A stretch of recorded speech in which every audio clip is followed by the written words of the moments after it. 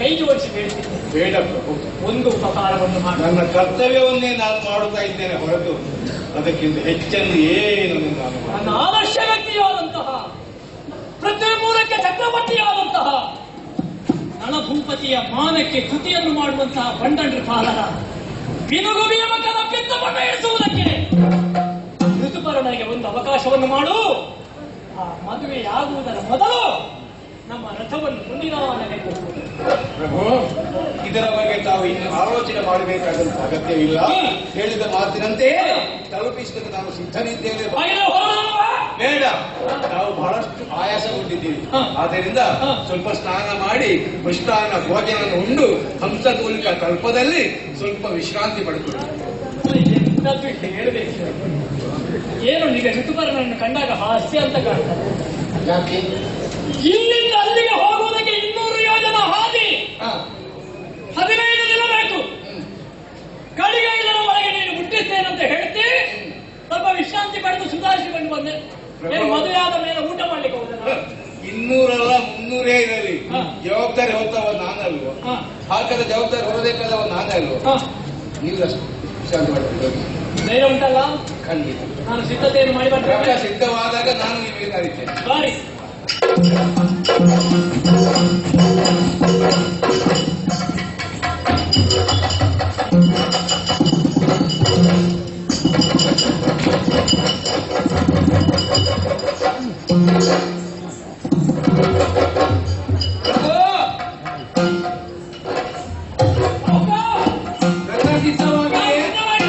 ಹೌದು, ಏರಿಕೊಳ್ಳಿ.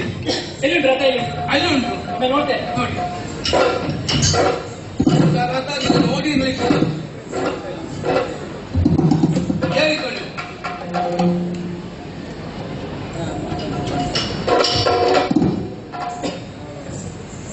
ಸತ್ಯ ಹೇಳಿದೆ. ಅಯೋಧ್ಯೆಗೆ ಬರುವಾಗ ಯಾರಾದ್ರೂ ಪಂಥ ಮಾಡಿ ಬಂದಿದ್ಯಾ? ಯಾಕೆ? ಋತುಪರ್ಣನ ಸೊಂಟ ಮುರಿತೇನೆ. ಅರ್ಥ ಆಗಲಿಲ್ಲ. ಎಂತ ಅರ್ಥ? ಅಯ್ಯೋ ಪುಣ್ಯಾತ್ಮ, ನಮ್ಮ ಲಾಯದಲ್ಲಿ ಇಷ್ಟಿಷ್ಟು ದಪ್ಪದ ಕುದುರೆಗಳುಂಟು. ಅದನ್ನೆಲ್ಲ ಬಿಟ್ಟು ಈ ಬರೇ ಎಲುಬು ಚರ್ಮ ಇದ್ದಂತಹ ಬಡಕಲು ಕುದುರೆಯನ್ನು ಕಟ್ಟಿದೆಯಲ್ಲ, ನಿನಗೆ ತಾನೇ ಸರಿ ಉಂಟ? ಪ್ರಭು, ಕುದುರೆಗಳ ಬಗ್ಗೆ ನೀವು ನನಗೆ ಪಾಠ ಮಾಡುದು ಬೇಡ. ಯಾಕೆ? ಕುದುರೆಗಳು ಎಷ್ಟು ವಿಧ ಉಂಟು ಗೊತ್ತುಂಟ? ಆಟದ ಕುದುರೆ ಬೇರೆ, ಓಟದ ಕುದುರೆ ಬೇರೆ, ನೋಟದ ಕುದುರೆ ಬೇರೆ. ಕೆಲವು ಕುದುರೆಗಳು ಬೆಳಿಗ್ಗೆ ಎದ್ದು ಓಡುವುದು ಕಾಣುವಾಗ ಅಯ್ಯೋ ಬೇಡ ಅಂತ ಕಾಣ್ತದೆ. ಅಲ್ಲಿ ದಪ್ಪದನ್ನು ಅಷ್ಟಷ್ಟು ಪ್ರಾಯ ಕೊಟ್ಟು ತಗೊಂಡದ್ದು ಪುಣ್ಯಾತ್ಮ. ಧರ್ಮದ ಹೋಯ್ತು ನೀವು ಕೊಟ್ಟ. ಇದನ್ನೇ ನಾನು ಯಾಕೆ ಕಟ್ಟಿದ್ದು? ಇದಷ್ಟು ಜ್ಞಾನ ಇಲ್ಲ. ಇದು ಒಂದು ದಿವ್ಯ ಅಶ್ವ, ಅಷ್ಟ ಸುಳಿಗಳು ಇರಲು ಬಹುದು. ನೋಡಿ ಅಂತೆ ಬಡಕಲು ಕುದುರೆಗಾದರೂ ದಿವ್ಯಾಶ್ವಗಳು. ಹೌದು, ಅಷ್ಟೇ ಸುಳಿಗಳು. ಎಲ್ಲಿಂದ ಕೇಳಬೇಡಿ, ನನಗೆ ಗೊತ್ತಿಲ್ಲ. ಮುಖ ನೋಡಿ, ನೀ ಹೇಳಿದ ಎಲ್ಲ ಸುಳಿಗಳಾಗಿವೆ. ಹಾಗಿದ್ರೆ ದಪ್ಪದು ನೋಡ್ಲಿಕ್ಕೆ ಮಾತ್ರ. ಓಟಕ್ಕೆ ಇಂಥದ್ದಾಗಬೇಕು. ಪ್ರಭು, ಈ ಹೊರಡುವುದಕ್ಕಿಂತ ಮೊದಲಾಗಿ ನಿಮ್ಮಲ್ಲಿ ಒಂದು ಕೇಳಿಕೆ. ಹೊರಟಂತ ರಥ ಅಲ್ಲಿಗೆ ತಲುಪುವಲ್ಲಿಯವರೆಗೆ ಈ ಕುದುರೆಯ ವಾಕೆಯನ್ನು ಅದು ಯಾರಿಗೂ ಬಿಟ್ಟು ಕೊಡುವುದಿಲ್ಲ. ಇದನ್ನೊಂದು ತಾವು ನೆರವೇರಿಸಿ. ಪುಣ್ಯಾತ್ಮ, ಅಲ್ಲಿ ನನ್ನ ಸಾರಥಿಯು ಸಿದ್ಧನಾಗಿದ್ದಾನೆ. ಇರಲಿ, ನಳನ ಸಾರಥಿ ವಾಸ್ನಿಯನ್ನು ಬಂದಿದ್ದಾನೆ. ಏನು ಮಾಡುದೀಗ? ನಳನ ಸಾರಥಿಯೂ ಇಲ್ಲಿ ಬಂದು ಸೇರಿ. ಯಾರೇ ಬರಲಿ ಕುದುರೆ ಅಲ್ಲಿ ಜೀವನ ಹೇಳ್ತಾನೆ, ನಾನೇ ರಥ ನಾರಿಸ್ತೇನೆ. ಇಲ್ಲ, ಅಲ್ಲಿಗೆ ತಲುಪಿಸುವಲ್ಲಿಯವರೆಗೂ ಜವಾಬ್ದಾರಿ ನನಗೆ. ಹೌದೇ? ಹಾಗಿದ್ರೆ ನೀನು ಸಾರಥಿ, ನಾನು ರಥಿಕ. ರಥಕ್ಕೆ ಬರಬಂದು ಸಾರಥಿಯಾದಕ್ಕೆ ನಮಸ್ಕಾರವನ್ನು ಮಾಡಿ ರಥವನ್ನು ಯಾರಿಗೆ ಬರ್ತೇನೆ.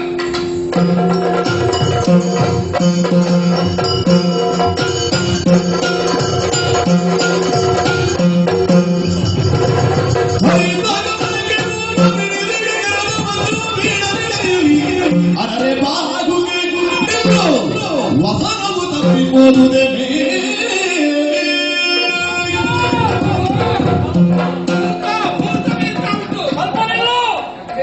ರಥವನ್ನು ಯಾರಿದೆ?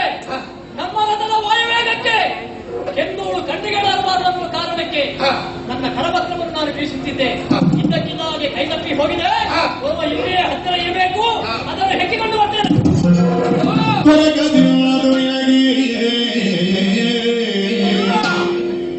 ದೊರೆಯದಿಲ್ಲದು ನಿನಗೆ 62 ಯೋಜನೆ ವಿರೋಧಿ ಉಳಿದುದು ಅನುವರೆಡು ಯೋಜನ ವಿರೋಧಿ ಉಳಿದುದು ಮರೆಯ ಮಾತೇನಲು ಮನದಲ್ಲಿ ಬೆಚ್ಚಿ ಬೆರಗಾಗಿ ದೊರಕದನ್ನು ನೋಡದು ನಿನಗೆ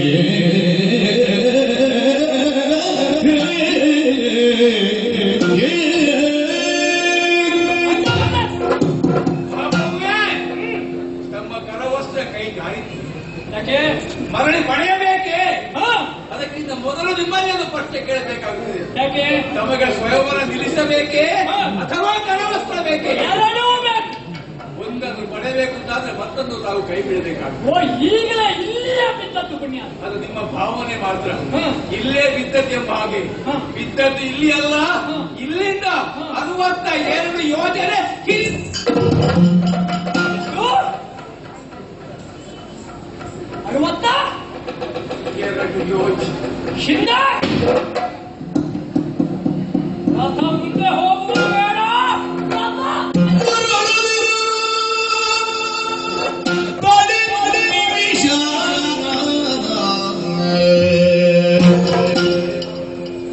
ಮರಳದಿರು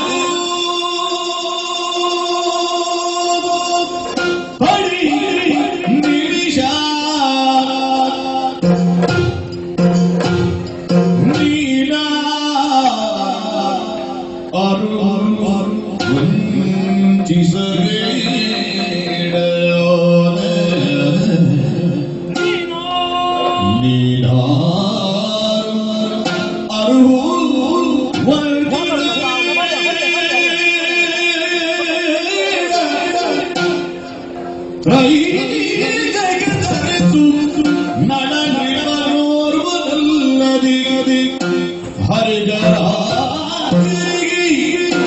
ಬರದು ಇವೇಗಳು ತ್ರೈ ಜಗದರ ಸುರಸು ನಡರಿಬರು ಬರಲ್ಲದೆ ಹರಿಹರಾದಿಗೆ ಬರದು ಈ ವೇಗಗಳು ಮರಳದಿರು ಕಡೆ ನಿಮಿಷ ಭಗುಗಯ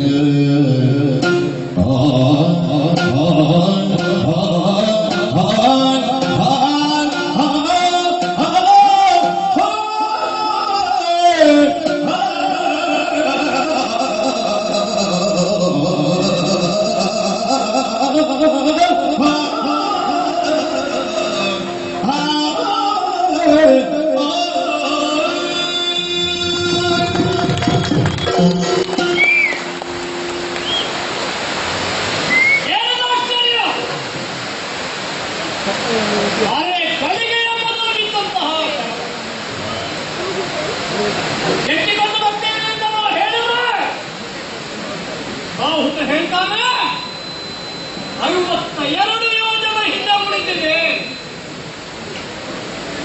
ಹಾಗಿದ್ರೆ ವಾಯು ವೇಗದಲ್ಲಿ ಇಷ್ಟು ವೇಗವಾಗಿ ರಥವನ್ನು ಹರಿಸಬೇಕಂತಾದ್ರೆ ಇವ ಯಾರು ಎಂಬಂತಹ ಪ್ರಶ್ನೆ ಈಗ ಬಂದದ್ದಲ್ಲ. ಮೊದಲು ನಮ್ಮ ಅಯೋಧ್ಯೆಯ ಅರಮನೆಯನ್ನು ಸೇರಿದಾಗ ಇವನನ್ನು ತಂದು ಇದ್ದಕ್ಕಿದ್ದ ಹಾಗೆ ನಾನು ಪೀಠವನ್ನು ಬಿಟ್ಟು ಎದ್ದೆ. ಒಬ್ಬ ಪೀಠವನ್ನು ಏರಿದಂತಹ ಅರಸ ಏಳುವುದು ಯಾವಾಗ? ಶ್ರೋತ್ರಿಯನಾದಂತಹ ಬ್ರಾಹ್ಮಣ ಬರುವಾಗ, ವಿದ್ಯೆ ಕಲಿಸಿದಂತಹ ಗುರುಗಳು ಬರುವಾಗ, ಕೆಟ್ಟ ತಂದೆ ತಾಯಿಗಳು ಬರುವಾಗ, ಆಮೇಲೆ ಚಕ್ರವರ್ತಿ ಬರುವಾಗ ಮಾತ್ರ ರಾಜನಾದವ ಪೀಠವನ್ನು ಬಿಟ್ಟು ಹೇಳಬೇಕು. ಹಾಗಿದ್ರೆ ಇವ ಬಂದಾಗ ನಾವು ಎದ್ದೆ ನನ್ನನ್ನು ಪದೇ ಕರೆದಿದ್ದರಿಂದ ಅವನಿಗೆ ಸಮಾಧಾನ ಮಾತನ್ನು ಹೇಳಿದ್ರು ಮನಸ್ಸಿನ ಒಳಗೆ ಕೊರೆಯುತ್ತಿತ್ತು ಇವ ಯಾರು. ಆಮೇಲೆ ಅವರಿಗೆ ಬೇಟೆಗೆ ಹೋದೆ. ಕಾಡಿನಲ್ಲಿ ದಾರಿ ತಪ್ಪಿ ಹಸಿವೆ ಹಯಾರಿಕೆಯಲ್ಲಿ ಕಂಗೆಟ್ಟಿ ಬಾಹುಕನಲ್ಲಿ ಅನ್ನವನ್ನು ಕೊಡುವಂತ ಬೇಡಿದೆ. ಅಲಸಿದ ಅನ್ನ ಅಂತ ಹೇಳಿ ಇವ ನನಗೆ ತಂದು ಕೊಟ್ಟದ್ದು ಕೃಷ್ಣ. ಕಾಡಿನ ಆ ಸಮಯದಲ್ಲಿ ಬೆಂಕಿ ನೀರಿನ ಸಹಾಯವಿಲ್ಲದೆ ಬಿಸಿ ಬಿಸಿಯಾದ ಕೃಷ್ಣಾನ್ನವನ್ನು ತಯಾರಿಸಬೇಕು ಅಂತಾದ್ರೆ ಯಾರಿಂದ ಸಾಧ್ಯ? ಅದು ಸಾಧ್ಯ ಇರುವುದು ನರಚಕ್ರವರ್ತಿಗೆ ಮಾತ್ರ. ಅವನಿಗೆ ಅಗ್ನಿದೇವನ ವರುಣದೇವನ ಮರ ಇದೆ. ಆವಾಗಲೂ ಪ್ರಶ್ನೆ ಮೂಡಿತ್ತು, ಇವ ಯಾರು? ಆ ಬಳಿಕ ದೂತನವನ್ನು ತಮ್ಮಂತಹ ಓಲೆಯನ್ನು ವಾಚಿಸಿದೆ. ಬಾಹುಕ ಕೇಳುತ್ತಿದ್ದ, ದಮಯಂತಿಗೆ ಪುರಸ್ವಯಂವರ ಎಂಬ ಹಾಗೆ ಹೇಳಿದಾಗ ನಿಂತ ಬಾಹುಕ ತಲೆದಲ್ಲಿ ಬಿತ್ತ. ಪಿತ್ತ ವಿಕಾರ ಅಂತ ನಾನು ಭಾವಿಸಿದೆ. ಅಲ್ಲ, ತನ್ನ ಹೆಂಡತಿಗೆ ತಾನು ಗಂಡ ಜೀವಂತವಾಗಿರುವಾಗ ಇನ್ನೊಬ್ಬನ ಜೊತೆಯಲ್ಲಿ ಮದುವೆ ಅಂತಾದರೆ ತಿರುಗದೆ ಇದ್ದಂತಹ ಗಂಡನ ತಲೆ ಬೇಕಾ? ಆವಾಗಲೂ ಈ ಹುಚ್ಚು ತಲೆಗೆ ಕೊಳೆಯೇ ಇಲ್ಲ, ಕೊಳೆಯೇ ಇಲ್ಲ. ಈಗ ಕ್ಷಣ ಮಾತ್ರ ಯಾವತ್ತೆರಡು ಯೋಜನ ಮುಂದೆ ನಮ್ಮ ರಥ ಹೋಗಬೇಕು ಅಂತಾದ್ರೆ ವಾಯುವೇಗದಲ್ಲಿ ರಥವನ್ನು ಓಡಿಸುವಂತಹ ಹೊರ ಇರುವುದು ನರಚಕ್ರವರ್ತಿಗೆ ಮಹಾ. ಇದನ್ನೆಲ್ಲ ಆಲೋಚನೆ ಮಾಡುವಾಗ ಯಾರನ್ನು ನಾನು ಬಾಹುಕ ಆಶ್ರಯದಿಂದಲವ, ಆಶ್ರಯವನ್ನು ಬೇಡಿ ಬಂದವ ಎಂಬ ಹಾಗೆ ನಾನು ನಿಕೃಷ್ಟವಾಗಿ ಕಂಡೆನೋ. ಇದು ಸಾಮಾನ್ಯನವರಲ್ಲ, ನರಚಕ್ರವರ್ತಿಯೇ ಇರಬೇಕು. ಇವರ ಹುಟ್ಟದ ಹೊಟ್ಟೆಯನ್ನು ಹೊಡೆಯಬೇಕು.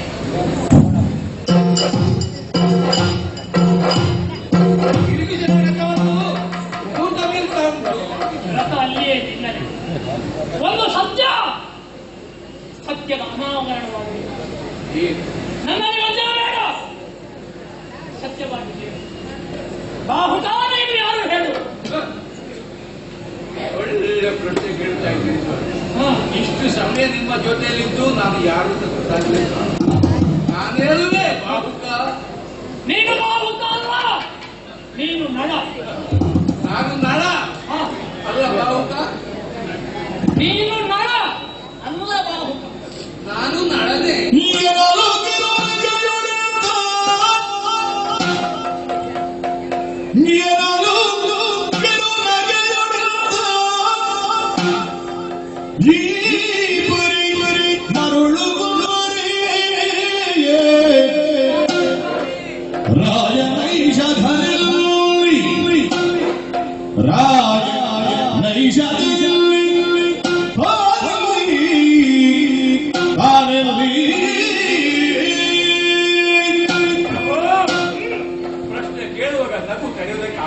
ಯಾಕಪ್ಪ?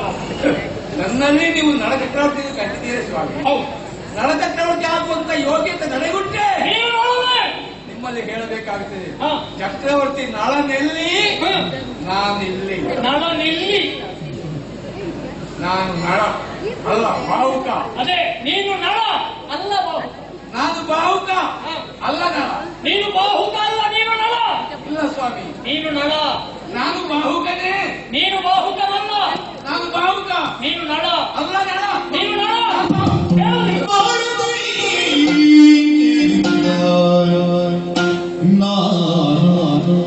ಕೇಳಿದರು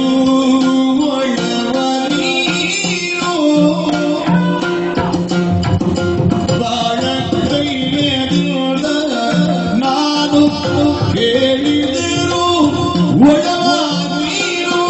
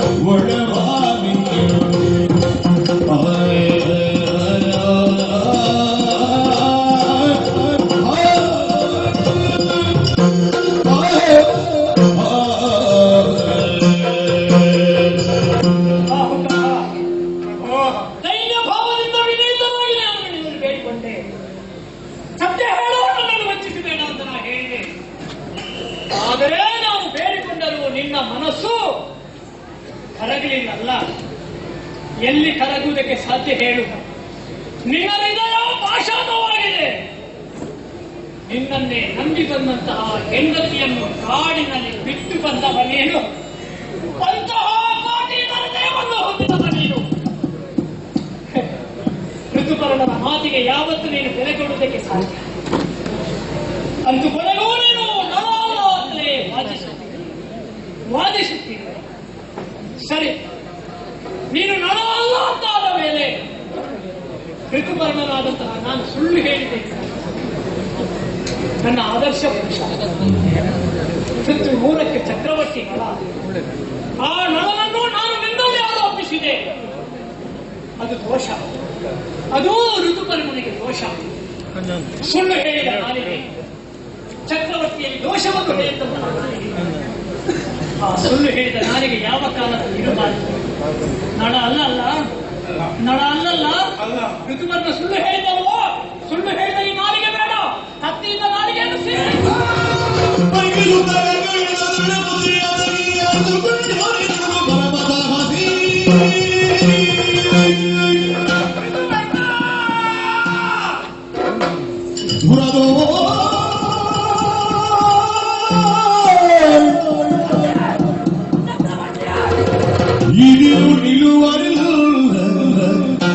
ಸಿರಿಯೋಳ್ ಸುರಪನಿರುಂದ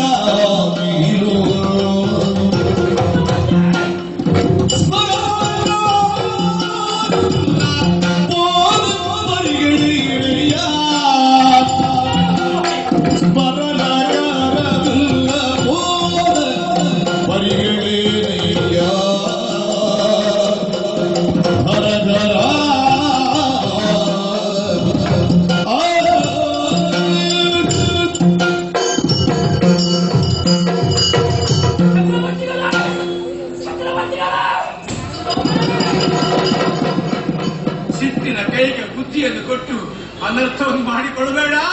ನಿಷೇಧ ದೇಶಾಧಿಪ ಶಶಿವಂಶದ ಅಸಮ ಪರಾಕ್ರಮಿ ನಳ ಚಕ್ರವರ್ತಿ.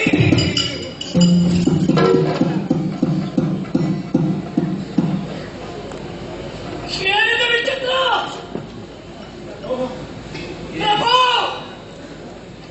ನಕ್ಷತ್ರಗಳ ಮಧ್ಯದಲ್ಲಿ ಚಂದ್ರನ ಶೋಭಿಸುವ ಹಾಗೆ ನಿನ್ನ ಮುಖಮಂಡಲ ಚಂದ್ರನ ಪ್ರಭೆಯಿಂದ ಕಂಗೊಳಿಸುತ್ತದೆ. ಅಂತಹ ಚಂದ್ರನ ಪ್ರಭೆಯಿಂದ ಕಂಗೊಳಿಸುವ ನಿಮ್ಮ ಮುಖ ಈ ರೀತಿಯಾಗಿ ಉಪಾಹಾರ ಏನಿದೆ ನೀವು ಯಾವ ರೂಪಲ್ಲ ಇಲ್ಲೇ. ಆದರೆ ನನ್ನ ಆದರ್ಶ ಪುರುಷ ಪ್ರಭು, ಸತ್ಯಕ್ಕಾದರೂ ನೀವು ಯಾರು ಅಂತ ನನಗೆ ನನಗೆ ನೀವು ಯಾರು ಅಂತ ಗೊತ್ತಿರಲಿಲ್ಲ. ನಿಮಗೆ ನಾನು ಯಾರು ಅಂತ ಗೊತ್ತಿತ್ತಲ್ವೇ ಪ್ರಭು? ನಾನು ನಿಮ್ಮ ಸೇವಕ, ನಾನು ನಿನ್ನ ಸಾಮಂತ. ನಿನ್ನ ಅರಮನೆಗೆ ಬಂದು ನಿನ್ನ ಕುದುರೆಯ ರಾಯದಲ್ಲಿ ಕುದುರೆಯ ಮೈಯನ್ನು ತೊಳೆಯಬೇಕಾದವ ನಾನು ಪ್ರಭು, ನಾನು. ಆದರೆ ನಿನ್ನಿಂದ ನನ್ನ ಕುದುರೆಯ ಮೈಯನ್ನು ತುಳಿಸಿದೆ. ನಿನಗೆ ಅನ್ನವನ್ನು ಕೊಟ್ಟು ನಿನ್ನ ಸೇವೆಯನ್ನು ಮಾಡಬೇಕಾದಂತ ನಿನ್ನ ಸೇವಕ ನಾನು. ಆದರೆ ನನ್ನ ಪ್ರಭುವಾದ ನಿನ್ನಿಂದಲೇ ನಾನು ಸೇವೆಯನ್ನು ಮಾಡಿಸಿದೆ. ನನ್ನ ಯಾವ ಅಪರಾಧಕ್ಕಾಗಿ ಇಂತಹ ಪಾಪ ಕಾರ್ಯವನ್ನು ನನ್ನಿಂದ ಮಾಡಿಸಿದೆ ತಂದೆ? ನಾನು ಏನು ತಪ್ಪು ಮಾಡಿದೆ?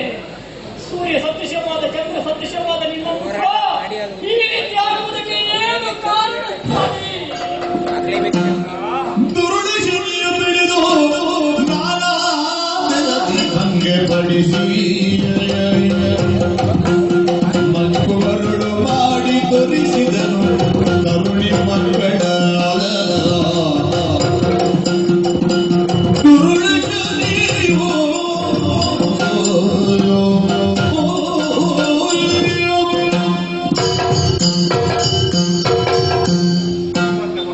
ಚಕ್ರವರ್ತಿಗಳು ನಯನ ವಾರಿಯ ಧಾರೆಯಿಂದ ಪಾದ ಪ್ರಕ್ಷಾಳನೆಗೆ ಇಡ್ತಾ ಇದ್ದೇವೆ. ನಿನ್ನ ಕಣ್ಣೀರನ್ನು ಕಾಡುವಂತಹ ಸಾಮರ್ಥ್ಯ ನನಗೆ ಇದೆ ಎಂಬ ಹಲವು ಪ್ರಶ್ನೆಗಳನ್ನು ನನ್ನ ಮುಂದೆ ಇಟ್ಟರಲ್ಲ, ಇದಕ್ಕೆಲ್ಲ ಒಂದೇ ಉತ್ತರ. ಕಾಲಾಯ ತಸ್ಮೈ. ಅಂದ್ರೆ ಕಾಲಪ್ರಭಾವ ವಿಧಿಯ ಆಟ ಇಲ್ಲಿಯವರೆಗೆ ಮುಂದುವರಿಯಿತು. ಆ ರೀತಿ ಇರಬೇಕಾದಂತ ನಾನು ಇನ್ನು ಈ ರೀತಿ ಆಗಬೇಕು ಅಂತ ಆದರೆ ಇದಕ್ಕೆ ಕಾರಣ ಬೇರೆ ಏನಲ್ಲ, ಯಾರು? ಶನಿ ಪ್ರಭಾವ. ಶನಿಯ ಕಾಟ ನನ್ನ ಮೇಲೆ ಬೀರಿ ಬಿಟ್ಟ.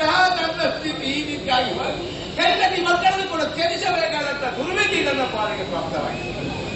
ಶನಿ ಪ್ರಭಾವದಿಂದ ಹೀಗಾಗಿ ಕಷ್ಟವನ್ನು ಅನುಭವಿಸಿದೆ ಪ್ರಭು.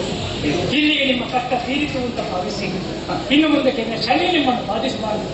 ಶನಿ ವಿಮೋಚನವಂತ ರಾಜಶ್ರೀಯಾದಂತಹ ನಾನು ಅರ್ಥ ಮಾಡಿಕೊಂಡಿದ್ದೇನೆ, ಅದನ್ನು ಬೋಧಿಸ್ತೇನೆ. ಪಠಿಸಿ ಶನಿಯಿಂದ ವಿಮೋಚನೆ.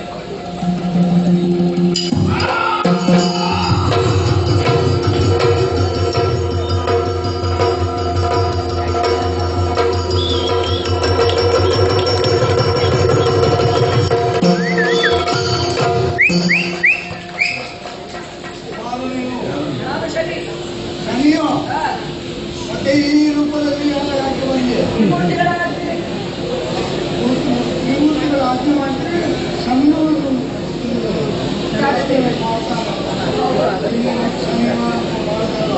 ನಾನು ಆಜ್ಞೆ ಮಾಡ್ತೇನೆ. ಗೊತ್ತಾಯ್ತಲ್ಲ? ನೋಡು, ಇದು ಸತ್ಯ ಧರ್ಮದ ಭೂಮಿ. ಅನ್ಯಾಯ ಮಾಡಬಾರ್ದು.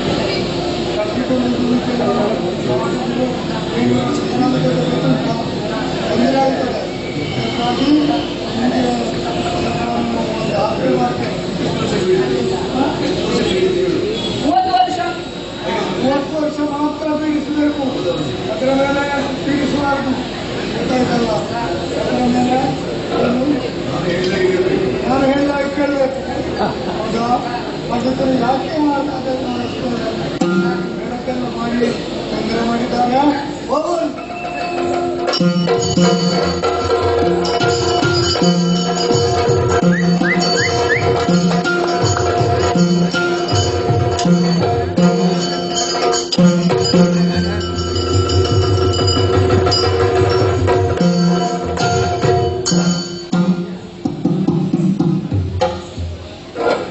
ನಿಮ್ಮ ವೇಷ ಇನ್ನೂ ಮುಗಿಲಿಲ್ಲ.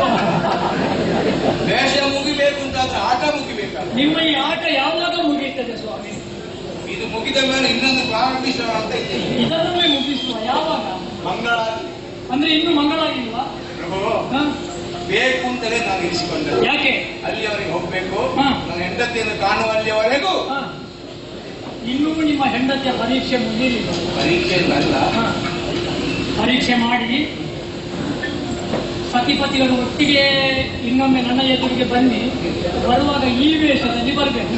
ರಂಗದ ರಾಜೇಂದ್ರ ಆ ವೇಷದ ವೇಷದಲ್ಲಿ ಅದನ್ನೊಮ್ಮೆ ನೋಡ್ಬೇಕಿಂದ ಎಲ್ಲರೂ ಹಾಕಿ ನಿಜ ನಳನಾಗಿ ಕಣ್ಗೊಳಿಸಬೇಕು. ಪ್ರಭು, ಶನಿ ವಿಮೋಚನಾ ಮಂತ್ರವನ್ನು ಪ್ರವೇಶ ಮಾಡಿದ್ದರು. ಆಗ ಚಕ್ರವರ್ತಿ ಆದಂತ ನಾನು ಹಾಗೆಲ್ಲ ಇನ್ನೊಬ್ಬರಿಂದ ಪಡೆಯುವ ಹಾಗೆಲ್ಲ. ಆದ ಕಾರಣ ನಮ್ಮೊಳಗೆ ಕೊಂಡುಕೊಳ್ಳುವ ವ್ಯವಹಾರವನ್ನು ಮಾಡೋಣ. ಶನಿ ವಿಮೋಚನ ಅಂತ ಹೇಳಿದೆಲ್ಲ. ಆದ ಕಾರಣ ನಿನಗೂ ನಾನು ಅನುಗ್ರಹ ಮಾಡುತ್ತಿದ್ದೆ. ಅಶ್ವರಥ ರಥಕಾಲ ಇದ್ದಾಗಲೂ ಬದಲಾಗಿಲ್ಲ. ಅದನ್ನು ನಾನು ಸರಿ. ನಿಮ್ಮ ರಾಜವನ್ನು ನೀವು ಕಳಕೊಂಡದ್ದು ಹೇಗೆ? ಪುಷ್ಕರನಲ್ಲಿ ಪಗಡೆ ಆಟ ನಾಡಿ. ಈ ಪಗಡೆ ಆಟ ಆಡುವಾಗ ಅಕ್ಷರ ದೇವ ತಿಳಿಬೇಕು. ಅದು ನಿಮಗೆ ಗೊತ್ತಿಲ್ಲ. ಆ ಅಕ್ಷರ ದೇವವನ್ನು ನಿಮಗೆ ಬೋಧಿಸ್ತೇನೆ. ಇನ್ನೊಮ್ಮೆ ಅವನಲ್ಲಿ ಪಗಡೆ ಆಟವನ್ನು ಆಡಿ ನೀವು ಕಳ್ಕೊಂಡಂತಹ ರಾಜ್ಯವನ್ನು ಪಡೆಯಬೇಕು. ಅಕ್ಷರ